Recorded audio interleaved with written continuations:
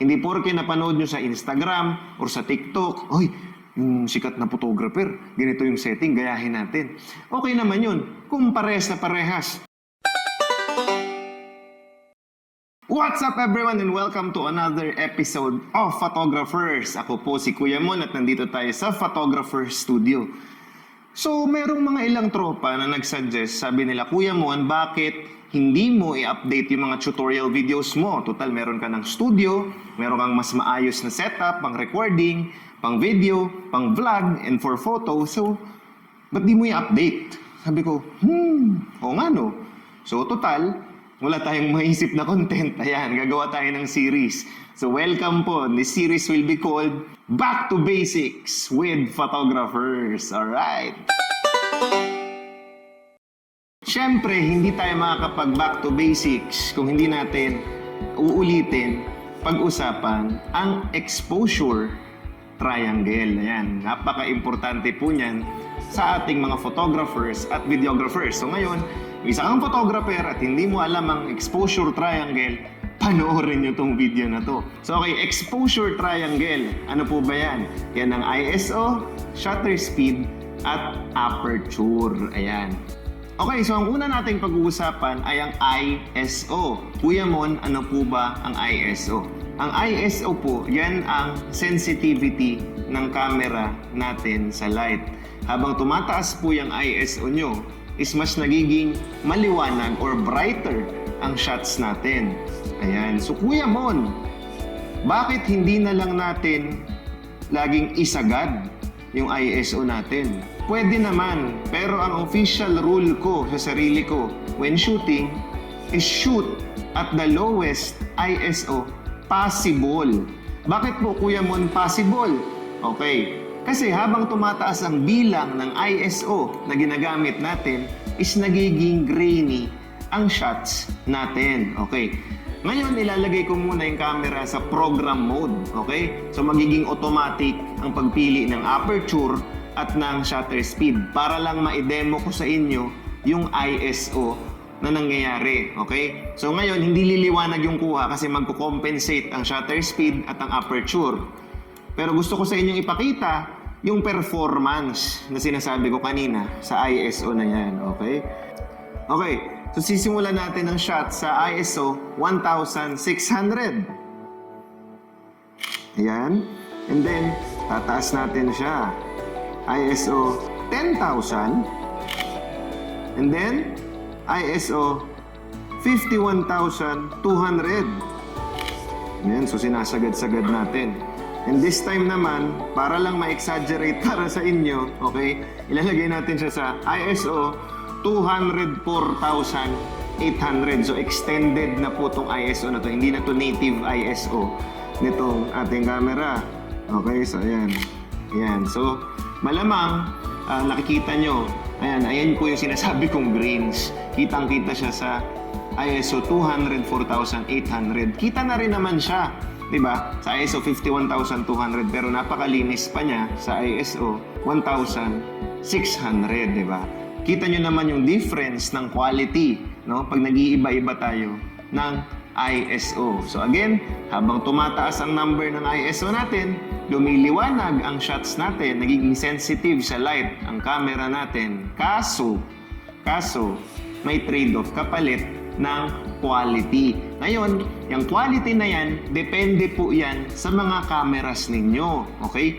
Dito, sa Sony ko, alam ko na malinis pa rin at usable ko pa rin ang ISO 4,000. So confident ako na pag nasa sitwasyon akong, medyo madilim, tataas ko nang itataas yung ISO ko. Actually, even 10K, minsan usable pa rin naman yun. Again, use the lowest ISO possible. Depende sa sitwasyon nyo. Minsan kasi, kailangan nyo lang makunan yung shot, wala tayong choice. So, minsan kung wala tayong flash, wala tayong ilaw, talagang sasagarin lang natin yung ISO. At least meron tayo nung shot na yun. Okay? Ang susunod po natin ay shutter speed. Ano po ba yung shutter speed? Ang shutter speed ay nagko-control kung gaano katagal o kabilis natin ine-expose sa ilaw ang sensor ng camera natin. Okay? Historically, film po ang ine-expose natin sa ilaw. Pero dahil digital age siya ngayon, Yun na yung sensor natin. So, imagine nyo, kunyari lang to, may takip to. Diba? Ganyan. Yung shutter speed, pag mabilis, bubukas siya na mabilis. Pag matagal, bubukas siya ng matagal. Okay? So ngayon, mapapansin nyo yan, nakasulat yan sa likod ng camera nyo, 1/160 or 1/200. Okay? Mathematics po yun. So, 1/200, ibig sabihin, 1 divided by 200 seconds yun. Gets? So, point something lang, ang bilis po nun. Okay? And imagine niyo lalo kung 1/1000 of a second. Diba? Wala pang 1 second to, kaya nga 1/, eh. Dinivide mo pa yung 1 second, diba? So, super bilis po nun. Okay, so habang bumabagal ang ating shutter speed, mas maraming light ang nakakapasok sa ating sensor. Diba? Halimbawa, diba? Pag ganun kabilis, saglit lang, konting ilaw lang yung nakapasok. So, medyo madilim. Depende sa source ng ilaw nyo. Ngayon, kung matagal, mas maliwanag. Okay, so sample. So, simula tayo sa 1/160 of a second. Ayan. Ngayon, bibilisan natin. 1/500 of a second. Susunod naman, babagalan natin. 1/60 of a second. Ayan. So, mapapansin ninyo, iba-ibang exposure. I think tama lang or sakto lang yung 1/160 dito sa setting na meron tayo. So okay, so Kuya Mon, next question, bakit hindi na lang natin ilagay sa mabagal na shutter speed para laging maliwanag yung shot ko? Kasi lagi kong problema, pag madilim yung lugar, itataas ko yung ISO, dudumi yung kuha. Pwede naman, pero again, depende. Maraming factors. Kasi habang bumabagal ang shutter speed nyo naman, nag-i-introduce siya ng motion blur. Okay? Ito po yung blur na pwedeng galing sa galaw ng camera mo. Example, malalagay ko siya kunyari, nanginginig ka, nasobrahan ka sa kape, tulad ni Kuya Mon. Kunyari, nilagay mo sa 1/20, kaso nanginginig ka, tinunan mo. O, ano po mangyayari sa ating shot? Ayan. Blurred. Pwede naman siya para sa mga artsy-fartsy na mga kuha. Uso yun, di ba? Yung iba sinasadya, ginagalaw, ginaganon-ganon yung camera habang nag-shoot or ikot-ikot nila ganon. Kaya lang, although it's artsy-fartsy, minsan, the situation, most of the time, the situation calls for a sharp shot.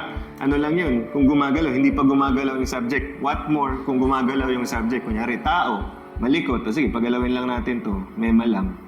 Kaya tayo meron ditong rotating thingy. O kunyari, naka-tripod ka na't lahat. Ikaw na ang pinaka-stable na shooter sa balat ng lupa. Ayan, nag-shoot ka. Ayan, sinut mo. Ayan, di ba? Blurred. Kasi gumagalaw yung subject. And I'm sure, gumagalaw rin yung kamay ko nung pinindot ko to. Mga micro movements, di ba? I'm sure sa 1/160, malinaw na yung ganyan kabagal, gumalaw, di ba? Pero what if sports yung kinukunan mo? Kailangan mas mabibilis ang shutter speed mo doon, di ba? Pag sports ang sinushoot mo. So yun po, ang shutter speed. Sana naintindihan niyo yung magulo kong explanation. Magulo ba? Okay, naintindihan niyo naman sana. So more on this, pag-uusapan natin yan, fast shutter speed, slow shutter speed, as we go on dito sa ating Back to Basics na episodes. Okay. Ang next nating pag-uusapan is aperture. Ayan, tutulungan tayo nitong classic na Nikon N lens ko para demo kung ano ang aperture. Ang aperture po, yan po yung butas sa lens natin. Okay? Ayan. Kita niyo yan? Ang sukat ng aperture, yan po yung may F bago sa number. Yung F, nakalimutan ko kung anong ibig sabihin eh. Aperture. hindi po totoo. But anyway, yung aperture, yung butas. Ang tawag ng iba dyan is f-stop. Ayan, kasi makikita nyo, nakasulat yan f4, f1.8, f2.8. Yun po yung aperture.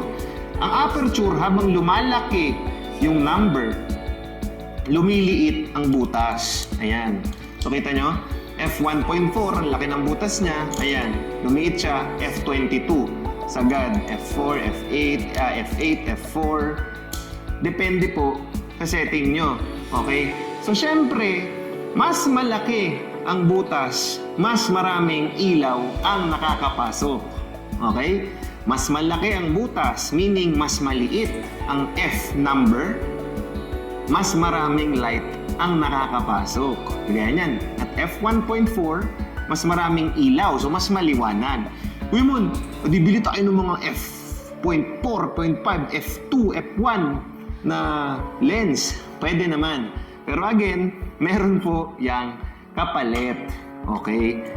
Ngayon, habang lumiliit yung f-stop mo or yung aperture number mo, habang lumalaki ang butas ng lens mo, luminipis naman ang inyong plane of focus. Ano pong plane of focus? Yung area ng kinukunan mo na nakafocus. So, ilalagay lang muna natin to sa aperture priority. So, for the sake of demonstration, sisimulan ko siya at f1.8. Okay, f1.8. Pansinin nyo maigi yung background. Ngayon, tataas natin siya at f4. Next naman is f8. Okay, ayan. So, mapapansin nyo, from f1.8 to f4 to f8, palinaw ng palinaw yung pintuan, yung details ng background, okay? Kuya Mon, so dyan pala nakokontrol yung bokeh. Tama. Pero, meron pang ibang mga factors or elements ang bokeh. Pag-uusapan natin sa mga susunod na episodes nitong ating Back to Basics. So sana by now, medyo nagigets nyo na yung ISO, shutter speed, at aperture. So I'm sure napansin nyo na rin pagdating dito sa part ng video natin na to, na pag may ginalaw kang isa, nagagalaw din yung dalawa. So para siyang binabala-balanse. Di ba? Yung laruan, di ba yung may bola na binabala-balanse, sinushoot mo sa butas. Pag sinut mo yung isa sa butas, tanggal na naman yung isang bola sa kabilang butas, kailangan mo na naman i-shoot para ayusin yung setting. Okay, so sample ng pagbala-balanse nito. Ako bilang product photographer, most of the time, ang requirement ng shot ko is pansinin ko yung aperture. Ano ba? Kailangan ko ba i-blurred yung background para nakafocus lang sa subject? Or ipapakita ko yung background? Depende sa shot ko. Depende sa requirement. So kunyari, kailangan ko lang itong ipakita. Siyempre, automatic yan. Ilalagay ko sa 1.8. Or kung meron akong lens na 1.4, lalagay ko na yan sa 1.4, no? Para sure akong mag-blur yung background. So, since nilagay ko siya sa 1.8, okay, so shoot tayo. Naka 1.8 na tayo. Kaso, sobrang liwanag ng shot. Okay, so anong susunod kong gagalawin? Clear ba yung shot? Yan yung mga tanong ko sa sarili ko. Malinaw naman. Hindi naman nag-blur dahil sa movement. So okay lang. Okay lang ang ating shutter speed. Meaning, pwede kong pang ibaba yung ISO dahil mataas siya. Yan. Lagay natin sa, from ISO 5,000, lagay natin sa ISO 2,500. Ayan, di ba? So, ayan na. Basically, okay na yung shot ko. So, bakit po ba importante kung alam namin ang exposure triangle o kung paano gumagana ang mga camera namin, okay? Importante po to kasi iba't ibang sitwasyon, iba't ibang settings ang hinihingi. Hindi porke napanood nyo sa Instagram or sa TikTok, oy, yung sikat na photographer, ganito yung setting, gayahin natin. Okay naman yun, kung parehas na parehas yung lakas ng ilaw dun sa shots nyo, kung parehas na parehas lahat ng setting, ng ilawan, ano? Ang problema, minsan kahit parehas yung oras ng shoot nyo, minsan magkaiba talaga yung sitwasyon. Minsan tanghali, parehas kayo tanghali ng shoot, kaso maulap yung shot mo, o kailangan mo mag-adjust doon. Ngayon, alam nyo na kung paano gawin yun. Ayun. So yun lang naman yun. Saan nag-enjoy kayo dito sa ating Back to Basic episode ng Photographers. Ayan. Don't forget to like, share, subscribe, at kung ano pa man ang mga sinasabi ng mga sikat na vloggers dyan. Ayan. God bless you all!